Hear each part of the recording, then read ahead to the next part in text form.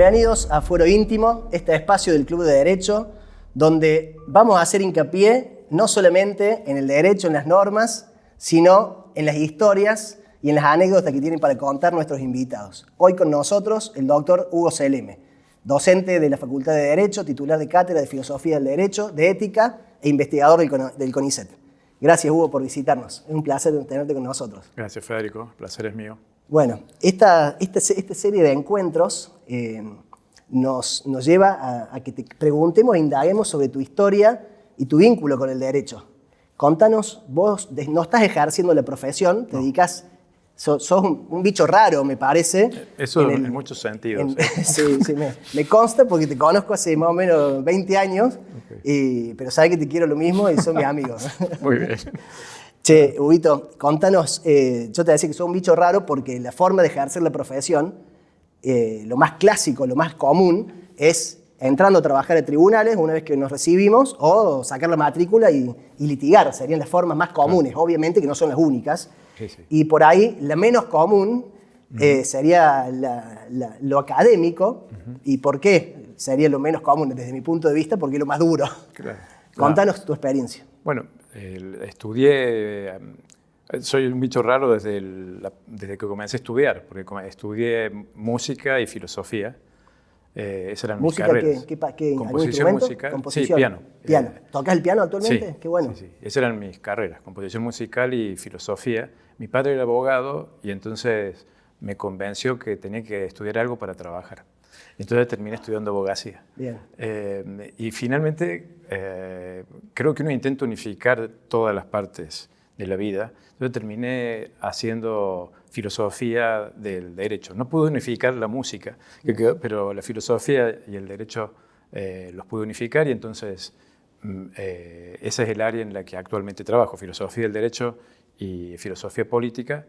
Pero no comencé allí, comencé como comenzamos todos. Me recibí de abogado y comencé a litigar en el estudio de mi padre. Mi padre tuvo un estudio hasta casi el final de su vida. Después pasé a trabajar en tribunales. ¿Y qué rama ejercías? Hacíamos civil. En ese momento creo que ha cambiado el modo de ejercer la profesión.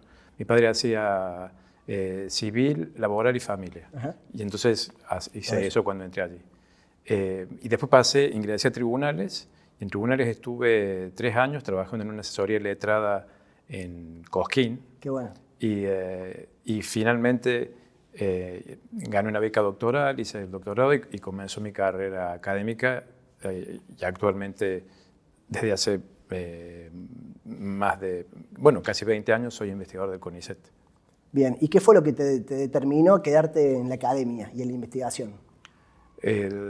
Bueno, en un momento, estando en tribunales, me fijé en toda la gente que estaba allí y me imaginé, creo que algo que nos pasa a todos, bueno, como quién me gustaría ser, en el lugar de cuál de estas personas me gustaría estar, como juez, como secretario, como prosecretario. Y ¿No te identificabas con ninguno? No, me di cuenta, no. Qué interesante. No quería ser nada de eso. ¿Y quién entonces fue tu referente en lo académico y en lo que estás haciendo ahora? Sí, un gran profesor de la Facultad de Derecho, creo que poco reconocido, que es algo que suele suceder, ¿no? Que es Ricardo Caracciolo. Él fue como mi referente. O sea, lo vi a Ricardo. En filosofía del derecho. En filosofía del derecho, que era titular de la cátedra. Lo conocí. Exacto. Sí. Entonces lo vi a Ricardo y pensé, quiero ser como Ricardo. Y entonces me enfoqué para ese lado, con la tristeza de mi padre, que veía cómo sus planes se frustraban, porque era como un río que volvía al curso antiguo, que era la filosofía. Sí, Hugo, bueno, te pregunto, a mí la filosofía me apasiona, la filosofía en general. ¿Y qué sería la filosofía del derecho? Porque, o sea, yo tengo una concepción, pero para que compartas con la gente que nos está escuchando y nos va a ver, ¿de qué se trata la filosofía del derecho y por qué crees que es importante la filosofía del derecho? Sí, hay como distintas corrientes, como todo en filosofía, ¿no? Hay distintos modos de entender la filosofía del derecho. La idea que yo sigo de filosofía del derecho es que es una parte de la filosofía política. O sea, ¿qué sería? Sería como una reflexión acerca de los fundamentos de la política, ¿no? Por ejemplo, bueno, ¿por qué se debe obedecer al derecho? Una respuesta simple sería, bueno, porque si no nos castigan. Pero eso no es a lo que aspira el derecho. El derecho aspira a ser obedecido porque da genuinas razones. Entonces es necesario explicar por qué. Entonces, bueno, está unida a una teoría de la democracia, a una teoría de la legitimidad política. Ese es mi modo de entender la filosofía del derecho. Hay otras maneras de entenderla que la separan de la teoría política y la teoría moral. Es como una filosofía pura del derecho y lo único que se hace allí es analizar Las conceptos. normas, Claro, ¿qué significa tener una obligación? ¿Qué significa tener un derecho? Y eso está más emparentado también con la filosofía del lenguaje. Ha estado emparentado con eso. El derecho como una forma de lenguaje. ¿Y tu corriente, Hugo, de la filosofía política? ¿Sería una filosofía política del derecho? ¿Cómo sería? Sí, yo creo que la filosofía del derecho es una parte de la filosofía política. Y mi filosofía política, en la que el paradigma en el cual he desarrollado todo mi pensamiento es el liberalismo igualitario, que fue creado, uno de los primeros representantes es John Rawls. Bien. Liberalismo igualitario. Suena medio raro, ¿no? Hoy sobre todo, porque... Sí, en Argentina... Porque cuando hablas de liberal, es como que... Sí, eso es una... Contá un poquito de qué se trata. Sí, creo que es una deformación que se da en la Argentina y en Latinoamérica, ¿no? Que el liberalismo está emparentado con el neoliberalismo, que en realidad es una teoría económica, mientras que el liberalismo es una teoría política, pero en Latinoamérica, por razones históricas, han ido de la mano, ¿no? Pero en teoría son diferentes. El liberalismo lo que propone básicamente es el respeto de los derechos individuales, y no puede haber respeto de los derechos individuales sin igualdad de oportunidades. Esto no es una... O sea, sería la base del ejercicio de los derechos, la igualdad. Exacto. Bien. Entonces, decir liberalismo igualitario, lejos de ser contradictorio, debería ser una redundancia, pero como ha habido corrientes liberales que han negado la igualdad, es necesario reafirmarla. Pero a poco que uno lo piense, esto que digo de la igualdad de oportunidades no es una novedad, no es el aporte de John Rawls a la teoría liberal, sino que ya Stuart Mill, que es el liberalismo del siglo XIX, ya decía que sin igualdad de oportunidades no puede haber libertad. Así que no hay nada de contradictorio. Lo contradictorio es la versión liberal que excluye a la igualdad. Bien, que serían hoy los libertarios. Exacto, ¿no? los libertarios serían una variante de esto. Lo que tenemos en la Argentina tampoco es libertarianismo. ¿No? ¿Y eso por qué? ¿Cómo lo ves vos? Un pensador libertario, uno de los precursores del libertarianismo es Robert Nozick. Uh-huh. Nozick, por supuesto que combina, por supuesto que defiende al mercado como una expresión de la libertad humana, no porque sea eficiente económicamente, esa es la diferencia con el neoliberalismo. El neoliberalismo defiende el mercado porque es eficiente económicamente. De modo que si hay otra forma de organización social que es más eficiente, como por ejemplo una economía centralizada, el neoliberalismo dejaría de defender el mercado. Mientras que el libertarianismo no, porque lo defiende como una expresión de la libertad. Bien. De la libertad de ofertar y de demandar. Pero combina con eso el libertarianismo una completa tolerancia a nivel social. Por ejemplo... el libertarianismo no tendría tolerancia. El libertarianismo sí. Sí tiene tolerancia. Por ejemplo, entonces uno diría, bueno, ¿cómo tiene que estar organizada la familia? El libertarianismo diría, no tengo ninguna posición. ¿Y qué sucede con el aborto? No tengo ninguna posición. La mujer puede hacer lo que quiera con su cuerpo, es libertad. ¿Y vos personalmente con esos temas, por ejemplo? Sí, con el aborto, sí. Sí, pero te digo una última cosa ahí para ver el problema que tiene nuestro libertarianismo. Nuestro libertarianismo sobre esos temas no es libertario, sino que sobre esos temas es conservador. Ah, bien. Entonces, o sea, acá sería un libertarianismo conservador. Mirá, no es una alianza que sea única de Argentina. El Tea Party estadounidense es eso, ¿no? Es una alianza libertaria y conservadora. Bien. Entonces, cuando cuando uno ve a los dos referentes del Poder Ejecutivo actual, uno dice, ¿esto cómo puede ser? Porque es como el agua y el aceite. No, encajan perfectamente bien el libertarianismo y el conservadurismo a nivel pragmático. A nivel teórico no. A nivel teórico no. Son cosas completamente contrarias, el conservadurismo y el libertarianismo. ¿Y cómo veías? Sí, te preguntaba, porque tocaste justo un tema que es un tema sensible y que seguramente desde la cátedra de ética y la de filosofía deben haber tocado. Sí. Seguramente el tema del aborto. Sí. ¿Cómo es tu posición al respecto, desde tu prisma y desde tu concepción? Yo creo que el aborto es la práctica abortiva es una práctica inmoral. Creo que es un ataque directo a la vida y la vida es moralmente valiosa. Entonces creo que es una práctica incorrecta abortar. Y creo que también es moralmente incorrecto penalizar a quien aborta. ¿Y cómo conjugamos eso? Son dos acciones distintas. O sea, una es abortar, otra es meter en la cárcel a la persona que aborta, y pueden estar mal las dos.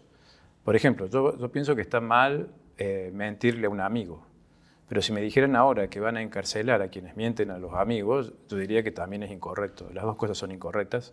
En la Argentina el debate ha sido planteado de manera tan tosca que entonces todo está unido, ¿no? Y creo que hay que distinguir tres cosas. Una es la moralidad o inmoralidad de abortar. Otra es la moralidad o inmoralidad de castigar al que aborta. Y otra es la moralidad o inmoralidad de legalizar el aborto y permitir que las prácticas abortivas se realicen en instituciones públicas, por ejemplo, de manera gratuita. O promoverlas. Decididamente, promoverlas también. Exacto. Eso, por supuesto, promoverlas sería otra... Sí, más inmoral sería. Si es inmoral la acción, ¿no? Promoverla se sigue que es inmoral. Claro. Pero algo en la Argentina, el caso Fall es el que mezcla las cosas y entonces le preguntan a la Corte sobre el Código Penal y la Corte termina hablando sobre la legalización y no sobre la penalización o despenalización.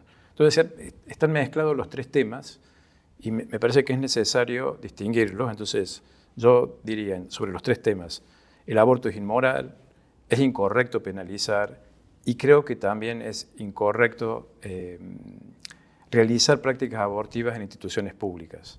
Bien. Hugo, y toda esta confusión que vos estás advirtiendo, ¿por qué crees que sucede?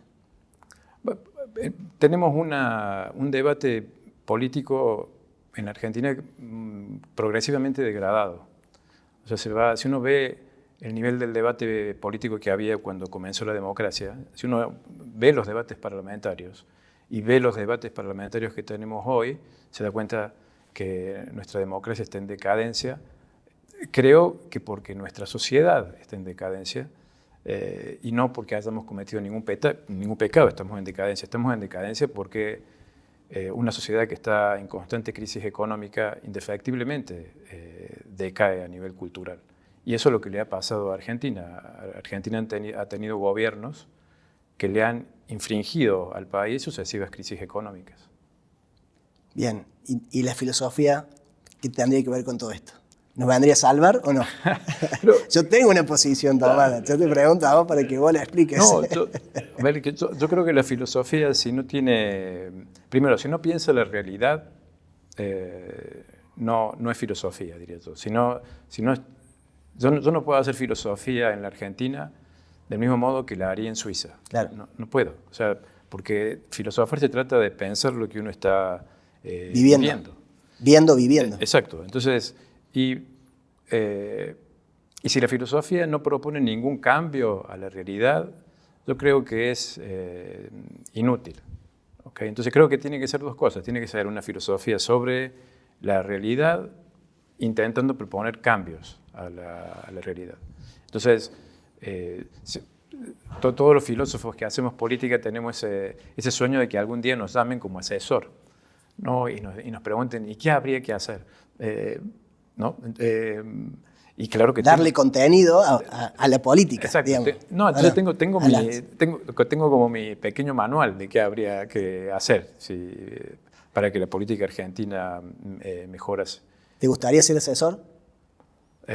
Sí, no sé si lo haría bien, pero sí, sí. ¿Te han ofrecido alguna vez? Me han ofrecido ocupar cargos electivos, pero no asesor, o sea, ser diputado. Bien, ¿y? ¿Aceptaste? No, ¿Por? obviamente que no acepté. ¿Por qué no? Porque creo que también No puede ser que hayas aceptado, pero no se terminó de conformar la... No acepté.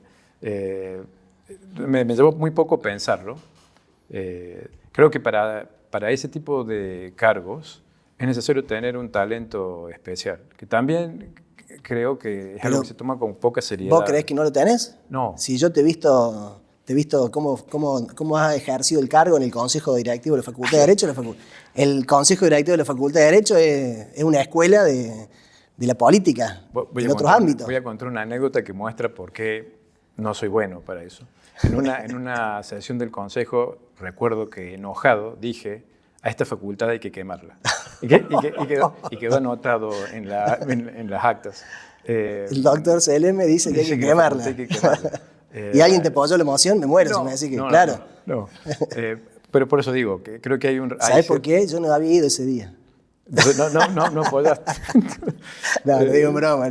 No, creo que hace falta cierto temple y ciertos rasgos de carácter para hacer política práctica de los que yo carezco. Y me parece que sería bueno que quienes van a hacer política reflexionasen antes de hacerlo, ¿no? Y que no se viese la política como, bueno, cualquiera la puede hacer. Hay una falsa idea de democracia, creo yo. ¿Por qué? ¿Cómo sería esa falsa idea? En una democracia todos tenemos voz, pero no todos tenemos igual talento para gobernar. Entonces, de lo que se trata es de elegir a los mejores para gobernar, y lo podemos elegir entre todos. Bien. Pero creo que hay una responsabilidad democrática. ¿Y quién sería el mejor para gobernar? ¿El que más votos tiene? ¿El más popular? No, ese es el que debe gobernar, ¿no? El que hemos elegido entre todos. Ahora Sí. la pregunta es, ¿y el que elegimos es el que es más apto. mejor? Yo creo que estamos eligiendo a nuestros políticos sin prestar atención en los rasgos de carácter que deberían tener para ejercer el cargo. O sea, si no tiene templanza, si no domina sus impulsos, yo diría, este es un muy mal candidato a ejercer un cargo público. O sea, si es alguien que ante la menor afrenta o el menor escollo termina insultando, gritando, yo diría, es una muy mala persona para para ejercer un cargo público. Entonces, la democracia no nos garantiza haber elegido al correcto, aunque efectivamente lo correcto es que nos gobierne el que nos eligió. O sea, son dos cosas distintas. Claro. Hugo, y todo esto que parece tan abstracto de la filosofía política y concretamente la filosofía del derecho, ¿cómo lo aplicamos hoy en las dos maneras más comunes de ejercer la profesión, que sería litigando de un lado y del otro lado aplicándolo desde la justicia? Sí. Bueno, creo que parte de la filosofía del derecho, entendida de manera amplia, incluyendo a la ética profesional, trata de eso, ¿no? ¿Cuál es el modo correcto de ejercer la profesión, sea de juez o de abogado? Yo me he focalizado en el ejercicio profesional de los abogados. Bien. Del abogado litigante. Exacto. Bien. Exacto. ¿Y cómo es tu posición al respecto? Creo que hay un problema que tenemos los abogados que yo lo llamaría procesalismo. Ajá. O sea, ¿Qué sería el procesalismo?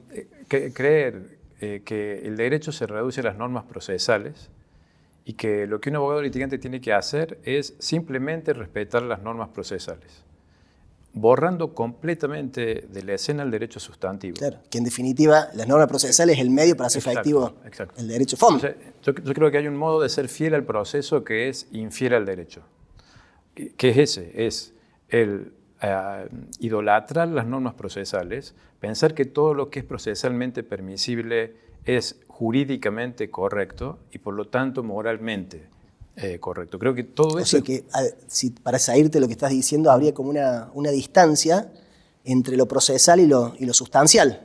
Totalmente, y los abogados son completamente ¿Y por ciegos. qué esa crítica que haces no la haces para el lado también de la justicia? Porque yo también lo veo, y yo veo como que los abogados seríamos más víctimas de... La crítica yo la daría más para el otro lado. No, yo creo que siempre es más fácil ver el defecto que tiene el que tenemos al frente, ¿no? Y más complicado verse uno el defecto mismo propio. Por Bien. eso, dado que soy abogado, prefiero ver el defecto propio. ¿Sacaste la matrícula? Sí, tuve matrícula. No, pero ahora.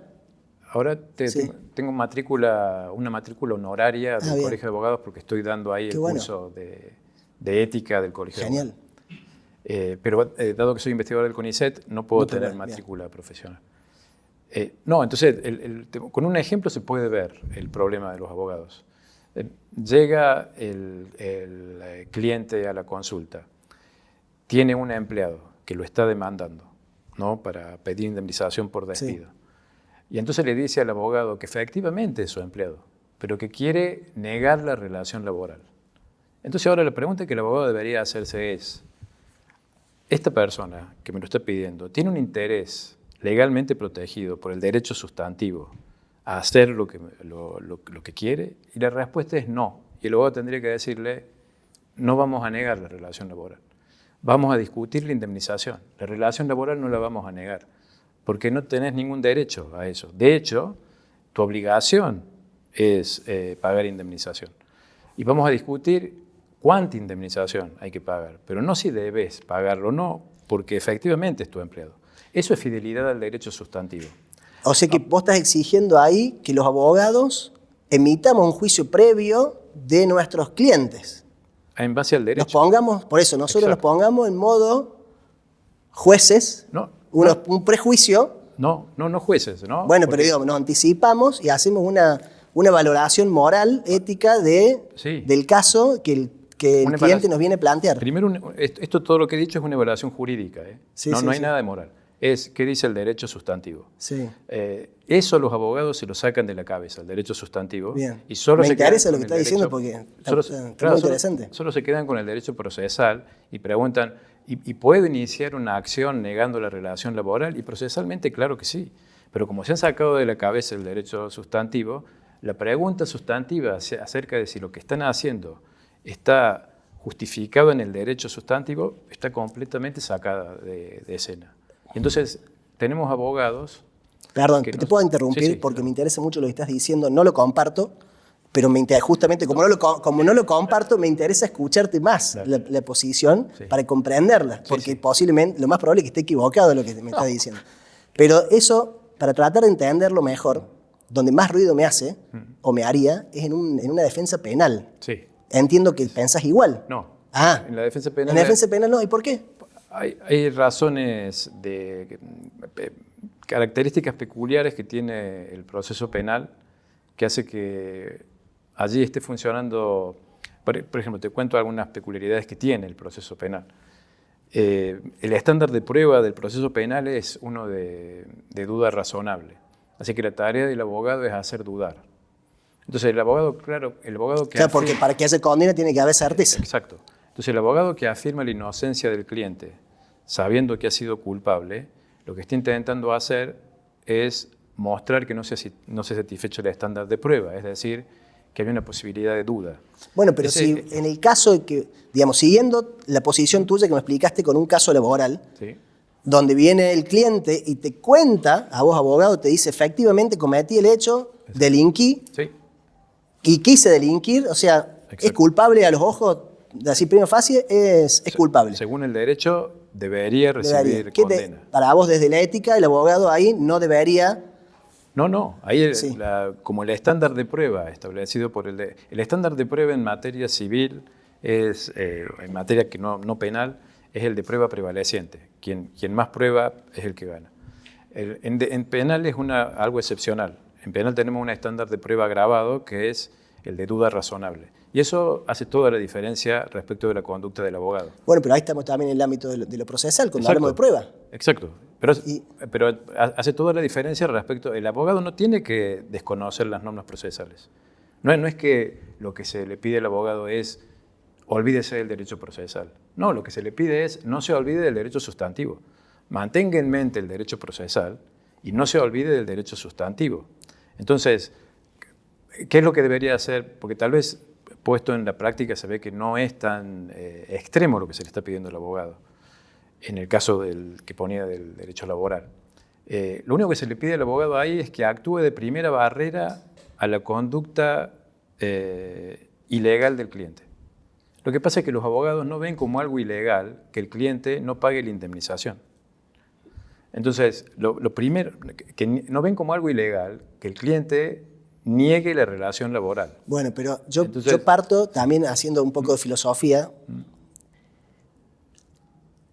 Puede ser legal, pero no puede que no sea justo. Y esa discusión, ¿dónde la daríamos? Porque yo, por ejemplo, puedo decir, es legal, no me parece justo, y entre la forma de cuestionar esa injusticia de esa norma, puedo optar por distintas formas dentro del derecho. Una forma puede ser negando una relación laboral en vez de plantear la inconstitucionalidad, por ejemplo. Totalmente. Yo lo que creo... ¿Se entiende Sí, totalmente. Este tipo de abogados se llaman abogados moralistas, ¿no? Que lo que hacen es introducir... Tienen los moralistas y los chicaneros. Pueden Están ahí los dos extremos. El moralista, creo que ambos, el moralista y el chicanero, coinciden en una cosa, que es la falta de fidelidad y respeto al derecho. Y dado que la profesión de abogado es una profesión creada por el derecho... O sea, ¿los dos tienen? Los dos. El chicanero intenta utilizar el proceso para... A rajatabla. Utilizar el proceso para socavar, utiliza el derecho en contra del derecho. Bien. Utiliza el proceso para socavar la norma sustantiva. Bien. Y el moralista apela a sus valores morales para socavar la norma sustantiva, así que coinciden. Coinciden los dos. El abogado que creo que deberíamos promover es uno que es fiel al derecho. Y la fidelidad al derecho es un valor moral. Porque, ¿para qué tenemos derecho? ¿Por qué tenemos derecho? Porque estamos en desacuerdo acerca de qué es lo moralmente correcto. Y entonces tenemos un parlamento que debate, gente que vota, y entonces tiene un valor moral lo que ha decidido el derecho. Pero si yo, como abogado, para ir por el moralista, cada vez que estoy en desacuerdo con el derecho, introduzco mis valores morales, lo que estoy haciendo es frustrar la función que el derecho tiene para cumplir, que es justamente permitirnos vivir juntos a pesar de que discrepamos acerca de qué es lo moralmente correcto. Así que yo diría que el ideal de abogado que se debería promover en una democracia donde el derecho es legítimo, sería uno que sea fiel al derecho, que no introduzca sus valores morales, ni que intente utilizar el derecho en contra del derecho, el proceso para socavar a la norma jurídica. Pero estoy tratando de salirte y de interpretar tu posición, pero digo, cada operador, cada abogado va a tener su propio sistema de creencias y valores frente a una determinada situación. Exacto. Entonces, él va a tener distintas herramientas para ver cuál va a optar para llevar adelante de mejor manera su defensa. Sí, por ejemplo, imaginemos que no necesariamente, estaría vulnerando. Sí. Digamos, a mí me parece que una determinada norma es injusta, sí.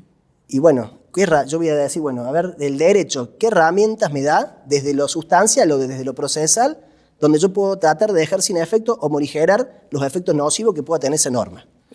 Entonces, yo puedo optar por una estrategia defensiva que me limita exclusivamente a lo procesal, pero los ojos de la teoría, ¿cómo se llama esta teoría de moralista? Sí. Me pueden juzgar a mí de chicanero o de procesalista, alejándome de la norma sustancial. No, ahora creo que se pueden combinar las dos cosas, ¿no? El moralismo y el procesalismo. Por eso decía, no son extremos. Por ejemplo, alguien puede utilizar el proceso en contra del derecho sustantivo porque cree que el derecho sustantivo es inmoral. Entonces ese es un moralista procesalista, claro, que creo que sospecho. Claro, yo estaría más ahí en algunos casos. Son como los dos. Es el peor de estos mundos. Es el peor, es la paradoja. Si nos chocamos, estás del universo. No, yo creo que se complementan, en ese caso, el moralismo y el procesalismo. Y creo que la pérdida es la que señalaba antes. La pérdida que se tiene es que se frustra la función que el derecho tiene, la función valiosa que el derecho tiene que cumplir en nuestra sociedad. Bien. Que es permitirnos vivir juntos a pesar de que estamos en desacuerdo acerca de qué es lo justo. Bien. Ese es el valor del derecho. El valor del derecho no es que sea justo, Bien. El valor del derecho es que nos permite vivir juntos, Pese. desacordando acerca Bien. de lo justo. Muy bien. Porque si Me yo gusta digo, ese concepto. si yo digo que el valor del derecho es que sea justo, y entonces volvemos al problema de inicio. ¿Quién dice que es justo? Exacto. Uno dice que Claro. abortar es justo, otro dice que abortar no es justo. ¿Dónde lo vamos a dirimir esto? En el Parlamento, donde estamos todos representados. Pero vos volvés a tocar el tema del aborto. Pero el tema del aborto, ¿vos creés que es una cuestión moral? ¿No creés que es una cuestión jurídica que está resuelto jurídicamente? Porque tiene... Sí, está resuelto. Y entonces ahora yo... No, bueno, más allá del fallo FAL. No, está resuelto por una ley, eso me está... La Constitución y los tratados internacionales. Ah, ok. Digo, hay posiciones que dicen... Ok. Sí, por eso ahí pregunto. Tenemos un problema... que sería un tema como que quedaría abstracto de la discusión. Es un problema, ahí tenemos un problema anterior, que es, bueno, ¿qué es lo que dice el derecho? Que es un problema interpretativo, ¿no? Una vez que sabemos qué dice el derecho, viene lo que decía antes, los abogados deberían ser fiel al derecho. Pero este problema es un problema anterior, que es qué es lo que dice el derecho acerca del aborto, y efectivamente hay distintas posiciones. Antes de ser fiel al derecho, hay que dirimir la cuestión interpretativa de qué es lo que dice. Bien, porque, por ejemplo, un tema, me imagino que también se debe abordar en filosofía del derecho o en ética, la pena de muerte. Uh-huh. ¿Es así o no? Instaurar la pena de muerte en la Argentina hoy sería un tema como que sería abstracto porque las normas lo impedirían. Sí, totalmente. Ese sería un problema. Si hubiera una ley que instalara la pena de muerte, tendríamos un problema interpretativo. De qué también, dice como es el aborto, digamos. Porque también a nivel de tratados internacionales también te protegen la vida desde la concepción. Exacto. Quienes tienen esta visión de los tratados internacionales y la Constitución ven el mismo problema que habría con una norma instalando la pena de muerte. Quienes tienen otra visión del derecho no ven el problema. Pero Bien. como digo, ese no es un problema acerca de cuál es el rol del abogado, sino es un problema previo que es, bueno, cómo se debe interpretar el derecho, qué Bien. dice el derecho, que también es objeto de la filosofía del derecho. Bien.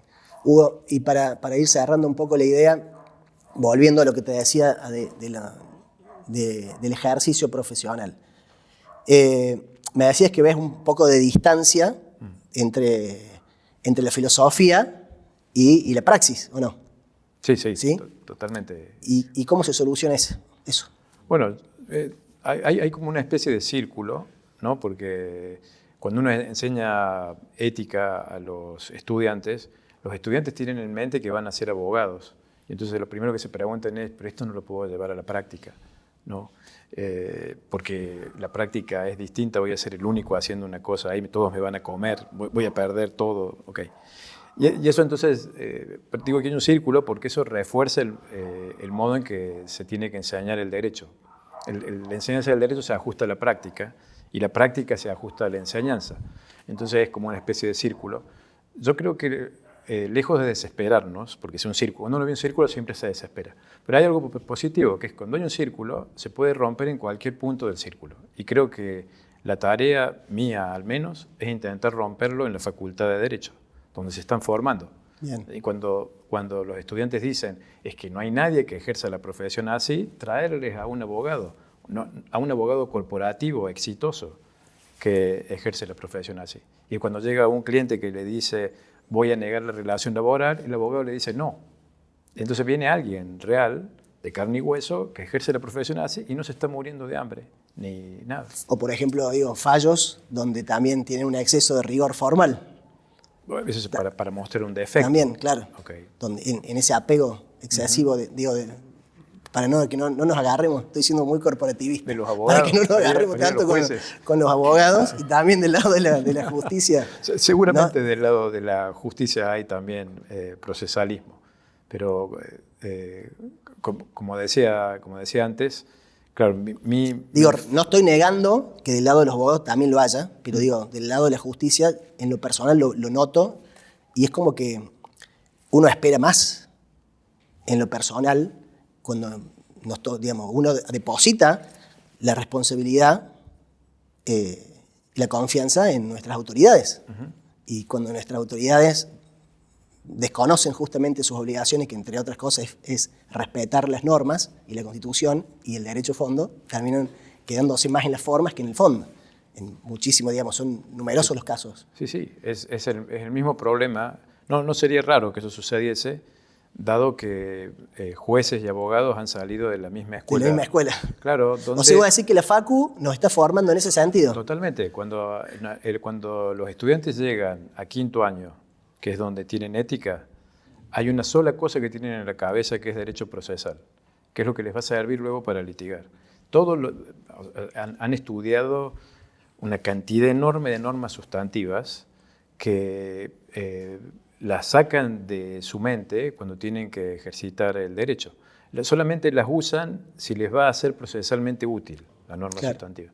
Entonces, todo se invierte, el derecho procesal pasa a ocupar el centro, lo sustantivo pasa a ser accesorio. No sería raro que cuando se llega a la judicatura, esta visión del derecho sigue estando en pie. Sí, y más, en lo personal yo lo veo muy, muy marcado, y sobre todo cuando querés discutir, lo veo en litigios estructurales, litigios de interés público, acciones de incidencia colectiva, donde una decisión va a trascender el interés de una persona. Es donde más notamos este tipo de distancia entre lo formal y lo sustancial. Hugo, y te hago otra pregunta. Recién me hablabas de todo este fenómeno que veías, esta distancia entre la filosofía y la práctica, y este fenómeno de que lo ves en la formación. ¿No crees que también los docentes universitarios deberíamos tener entonces un poco más de formación en ese sentido? Sí, totalmente. Hay un dicho que dice que para educar a un niño se necesita toda una aldea. No un maestro, sino todo un pueblo lo educa. Creo que lo mismo sucede con un abogado. Para educar a un abogado en ética hace falta toda una facultad. El modo en el que está organizada la currícula actualmente, que es que ética se ve en quinto año, cuando ya los estudiantes están completamente formateados, creo yo que sirve para el propósito contrario al que se aspira. O sea, los estudiantes tienen en la cabeza que ya han aprendido derecho y que ahora llega algo que está por fuera del derecho, que es la ética de los abogados. Y tendría que ser exactamente al revés. Lo que han estado aprendiendo es a ser abogados, y por supuesto que para ser abogado es necesario la ética. Sí, hemos fallado en eso. Yo, de todo lo que estamos conversando, que a mí me apasiona, todos estos temas, he sido muy mal alumno en el grado, siempre se lo cuento a mis alumnos, he sido pésimo alumno. Mi justificativo, mi defensa al respecto es que no he tenido los profesores justos para motivarme, porque el derecho a mí me apasiona y profesionalmente no tengo la misma calidad que he tenido cuando era alumno. Me gusta el derecho y me gusta enseñar, y trato de dejar yo cuando doy clase lo invisible, y trato de ser lo que me hubiese gustado a mí tener un profesor. Entonces esto que estamos conversando, que parece muy abstracto, yo en realidad lo veo recontra útil. No sé cómo lo ves vos para el ejercicio, porque la gente nos va a decir, bueno, pero con eso no me garpa, eso la profesión no me mueve la aguja, todo lo que estoy diciendo. Hay que ponerse a leer, hay que ponerse a estudiar, es demasiado abstracto. ¿Cómo hacemos para llegarle a la gente a que se vincule más con la filosofía? Porque si no queda como que es solamente para los académicos, para el científico, para lo abstracto, pero en el día a día, tanto para los que trabajan del lado de la justicia o los que ejercemos el derecho, no todos lo estamos viendo. Yo en lo personal, para mí es la clave, es el fundamento de una demanda, de un recurso. Los recursos es la clave para mí. Tenés que saber de filosofía, tenés que saber argumentar, porque si no, y lo mismo del lado de la justicia, si no sostenés una argumentación lógica en una sentencia, se te cae. Creo que la filosofía sirve ahí en dos niveles. Primero, para ser un buen abogado es necesario saber argumentar. Y la argumentación es... se aprende a argumentar. No hay ninguna forma de aprender a argumentar sino argumentando. Y el lugar donde se ha argumentado por excelencia es la filosofía. Así que si alguien piensa, bueno, ¿qué tendrá que ver esto con la abogacía? Tiene todo que ver. De hecho, la lógica de Aristóteles, que uno piensa que tiene que ver la lógica con esto, es un libro creado por Aristóteles para poder controlar los procesos judiciales. O sea, lo que intentaba hacer era formalizar la argumentación judicial. Así que la primera, creo que ese es el primer modo de relación entre la filosofía y la práctica de la abogacía. Pero luego hay otro, que es que los abogados somos seres humanos, sí, aunque no lo crean. Ah, bien. ¿Somos personas? Sí. Ah, bien. Y los abogados pasamos gran parte de nuestra vida ejerciendo la abogacía. Y uno se vuelve lo que hace. Y la mayor parte fuera de tribunales. Somos abogados. Eso seguro. 24 horas. Y creo que cuando uno se da cuenta de que uno termina siendo lo que hace, entonces lo que hace es necesario que sea objeto de reflexión. Porque, o sea, si yo, esto que he dicho del procesalismo, de la falta de fidelidad al derecho, si yo me vuelvo una máquina como abogado, que no tengo nunca ningún espíritu crítico, nunca reflexiono sobre lo que estoy haciendo, nunca veo si tiene valor. Y uno dice, bueno, pero eso lo hago como abogado. Cuando llego a mi casa me saco el traje de abogado y ahora soy un ser humano, no se ha entendido nada. Lo que uno hace en esas horas ejercitando como abogado es lo que uno se vuelve fuera del ámbito de la abogacía. Por eso me parece que tiene relevancia. Tiene relevancia, sí. Yo coincido y agrego con lo que vos decís. Para mí, si yo tuviera que dar un consejo, para mí el secreto está en la filosofía, digamos, en lo personal. La filosofía como ciencia independiente y en la materia del derecho, y con más razón todavía por esta cuestión que estamos diciendo de que es la base de la argumentación. Sin filosofía no podés argumentar. Eso es lo que creo, por eso para mí, más de uno puede decir, pero prefiero hacer un curso de derecho procesal y aprender a litigar. Yo diría, empezar primero estudiando filosofía. ¿O no? ¿Está mal el consejo? Me parece perfecto. Bueno, yo quiero que vos me puedas explicar eso en 2 segundos para que la gente lo pueda comprender. ¿Cuál es la idea? Que le vendamos la filosofía. Eso quiero que hagamos de cuenta que estamos vendiendo. Okay. No, digo, porque diagnosticaste el problema.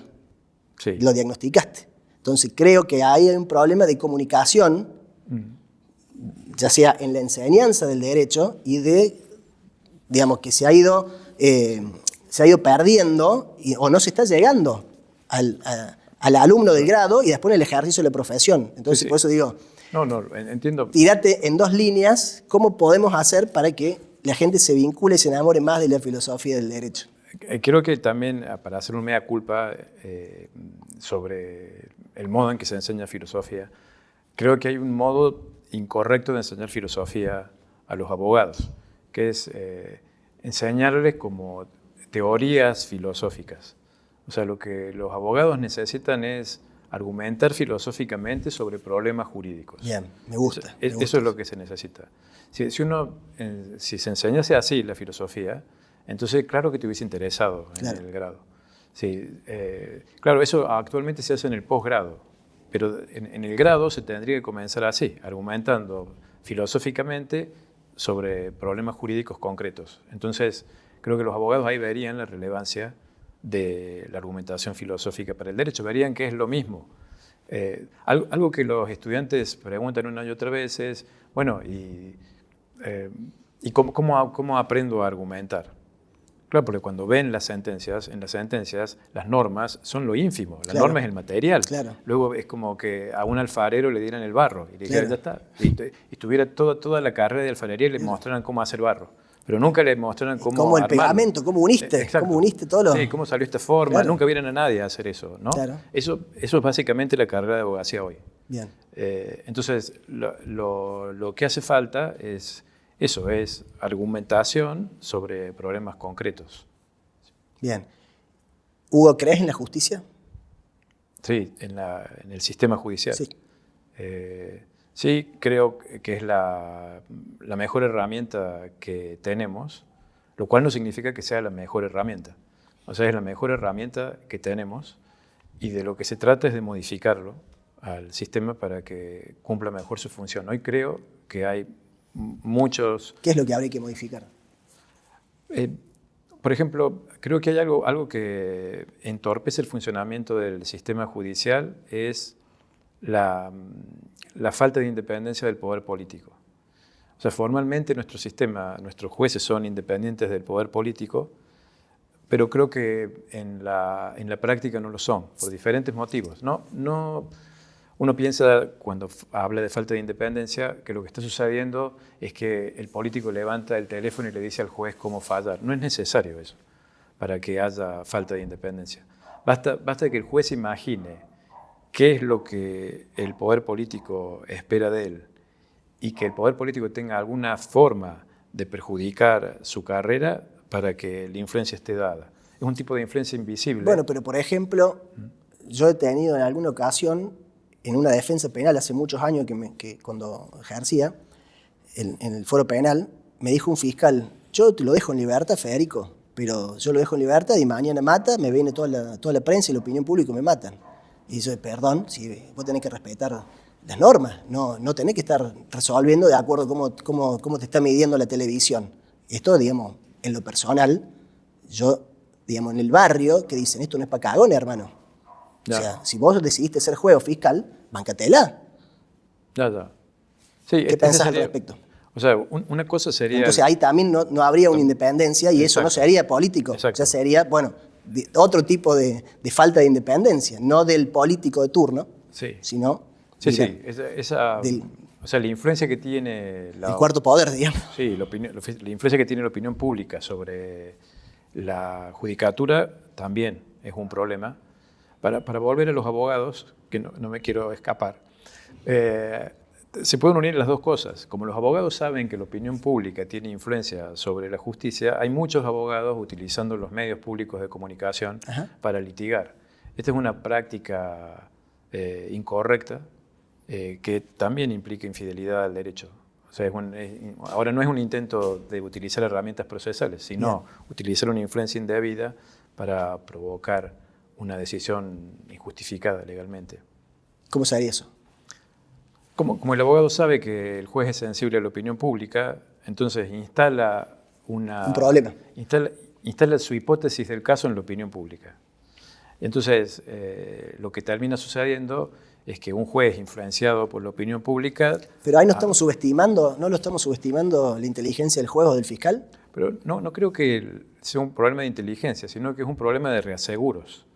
O sea, todo el problema de una república es cómo aseguramos la posición de los jueces, que es, como tienen la última palabra en nuestro sistema, es lo que más debemos asegurar. Y creo que nuestros reaseguros no están funcionando del todo bien. Hugo, para ya cerrar, ya vengo diciendo hace rato, son todas las últimas palabras, lo que pasa es que está tan interesante la charla que si no fuera que ya tenemos que ir terminando, seguiría. Hugo, ¿estás conforme cómo has vivido el ejercicio de la profesión y la manera que lo ejerces? Sí, ¿Estás conforme? ¿Te gusta? Sí, creo que... Si pudieras volver a elegir, ¿elegirías este mismo camino? Sí, creo que elegí bien. Lo que más me gusta es la docencia, mucho más que la investigación. Y si cerraran la Facultad de Derecho y no pudiera dar clases de Derecho, seguramente me encontraría de qué dar clases. No sé, manualidades, de música, artesanía, de música. Cualquier cosa. Pero lo que más me gusta es la docencia. ¿Y te recibiste de músico? Sí. También. Te pregunto porque yo también empecé lo mismo, música y Derecho. Me terminé quedando con Derecho. Muy bien. Bueno. Hugo, y para allá, la última pregunta. ¿Estás preparado para responder la última pregunta? A ver. Me respondiste sinceramente, sin vuelta, estuvo muy interesante. Ahora te quiero preguntar si la última pregunta que te voy a hacer me la vas a responder con la misma sinceridad. Sí, ¿seguro? Siempre. Bien. Bueno, Hugo, decime, ¿quién sos cuando nadie te ve?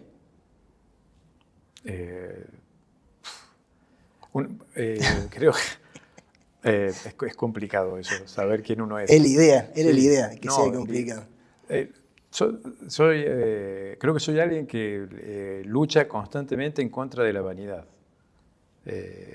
Eso es.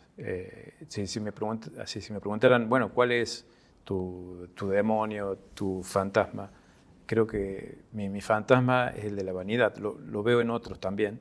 ¿Cómo sería? ¿Cómo, por ejemplo? Estar en el mundo académico tiene este riesgo, ¿no? De los egos.